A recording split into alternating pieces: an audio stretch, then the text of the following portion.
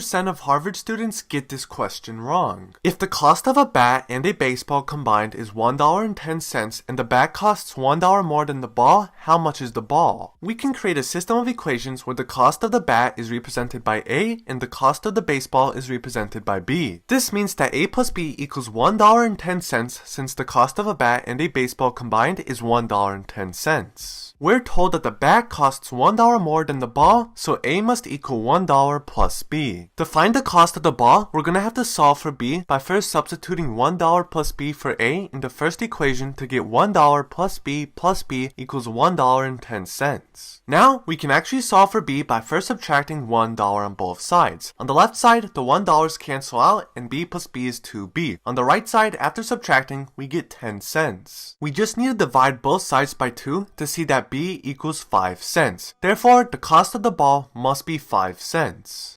Is 3 to the power 44 or 4 to the power 33 larger? Well, first we can rewrite 3 to the power 44 as 3 to the power 4 to the power of 11. Then 3 to the power 4 is 81. We can also rewrite 4 to the power 33 as 4 to the power 3 to the power of 11. And 4 to the power of 3 is 64. Now we have the same exponent of 11, so we can compare the bases. 81 is larger than 64, so 3 to the power 44 must be larger. Yo, bro, who got you smiling like that? Like, kill the lights, so baby, close your eyes. The way you're looking at me, you got me mesmerized. Something I can't escape, feel like I'm lost in space. You got that good loving, girl, if you leave me. Can you solve this Cambridge interview question? Let's see. Which one of these is larger? We can rewrite the square root of 2 as 2 to the power of 1/2, and we can rewrite the cube root of 3 as 3 to the power of 1/3. Then we can see that 1/2 is the same thing as 3 times 1 over 6, and 1/3 is the same thing as 2 times 1 over 6. Next, we're going to use the power rule for exponents to rewrite 2 to the power of 3 times 1 over 6 as 2 to the power of 3 to the power of 1 over 6. We're going to do the same thing for 3 to the power of 2 times 1 over 6. So it's going to become 3 to the power of 2 to the power of 1 over 6. Lastly, we're just going to simplify 2 cubed to 8 and 3 squared to 9. Now we have two exponential expressions with the same exponent. Therefore, we have to compare their bases. 9 is greater than 8, so the cube root of 3 must be greater than the square root of 2.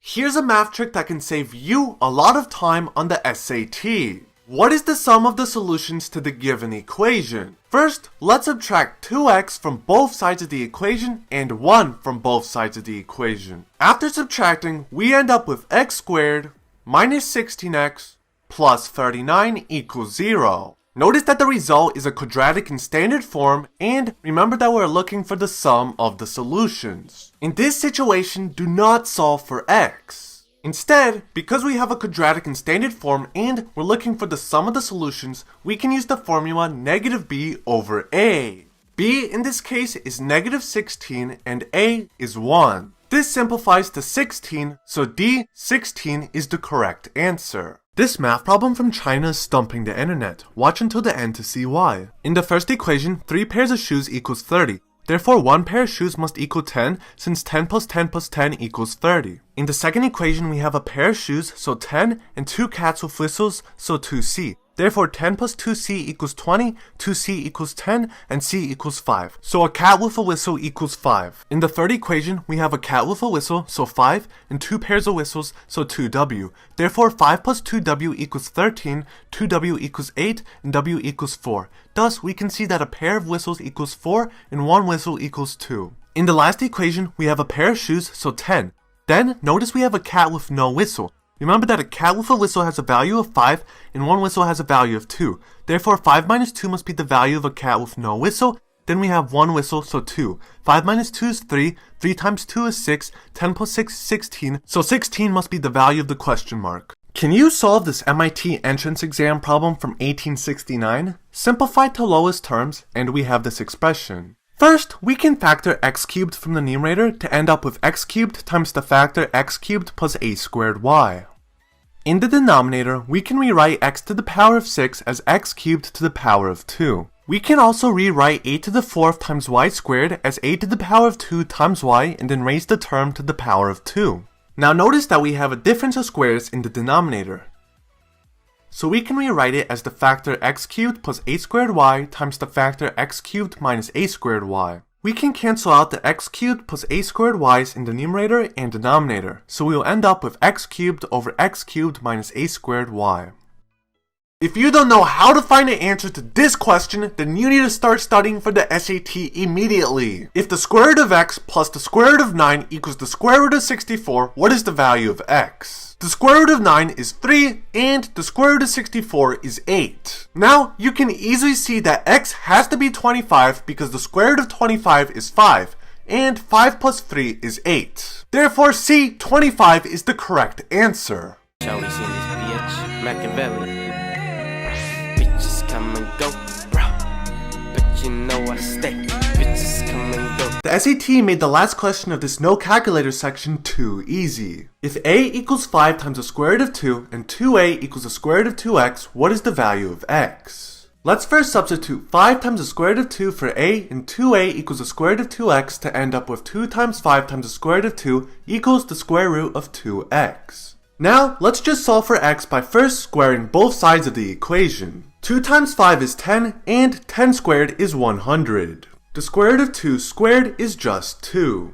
And the square root of 2x squared is 2x. Lastly, we just need to divide both sides of the equation by 2 to see that x is 100. Wait until the end to see why you have to be very careful on this simple SAT math question. If 10 plus x is 5 more than 10, what is the value of 2x? So we can start out by writing 10 plus x. We're told that it's 5 more than 10. So we can add 5 and 10 to get 15, which means that 10 plus x must be equal to 15. Now we can solve for x by subtracting 10 on both sides of the equation to see that x equals 5. You might be tempted to say that B, 5 is the correct answer, but remember that we're solving for 2x. So we're going to multiply 5 by 2 to get 10. This means that C, 10 is the correct answer. Here's one of the easiest SAT geometry questions that you can get. The surface area of a cube is 6 times a over 4 squared, where a is a positive constant. Which of the following gives the perimeter of one face of the cube?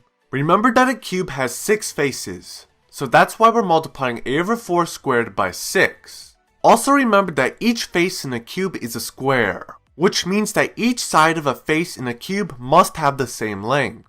This is why the area of each face in this cube is a over 4 squared, or a over 4 times a over 4. So, to visualize all of this, each face is a square with each side having a length of a over 4. Therefore, to find the perimeter of one face of the cube, we can just add a over 4 4 times. Or, we can just multiply a over 4 by 4. When we multiply a over 4 by 4, the 4's cancel and we end up with a. So, BA must be the perimeter of one face of the cube.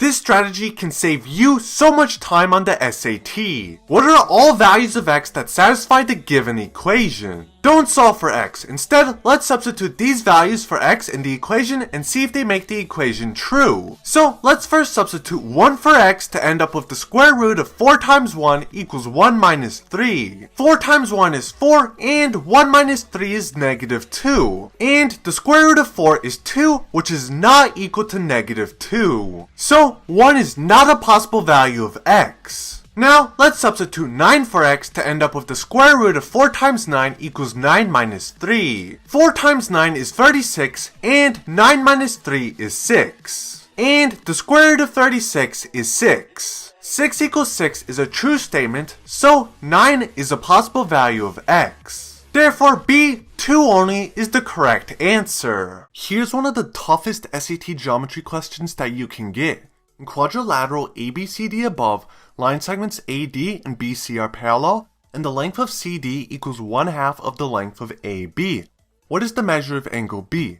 We can draw a line right here that's perpendicular to line segments AD and BC. This new line segment has to have the same length as line segment CD, which is 1/2 of AB. Notice that we have a 30, 60, 90 triangle. We know this because the new line segment has a length that's 1/2 of the length of the hypotenuse. Therefore, the angle that's opposite this new line segment has to have a measure that's 30 degrees. Because we have 30 degrees and 90 degrees, this angle right here must be 60 degrees. Lastly, we just have to add 60 degrees and 90 degrees. After adding, we get 150 degrees, which is A, so A is the correct answer. We have to factor this polynomial. Since there's 4 terms, we're going to use the factoring by grouping method. So, we're first going to group these first 2 terms, and then these last 2 terms. Then, we can factor x squared from the first 2 terms. And we'll factor -5 from the last 2 terms. Now, we can see that the factors will be x squared minus 5 and 3x plus 1. We can further factor x squared minus 5 by noticing that it's a difference of squares. So we'll factor it as x minus the square root of 5 and x plus the square root of 5. Then we'll just have this other factor of 3x plus 1. Now we can see that these 3 factors are the factors of the polynomial.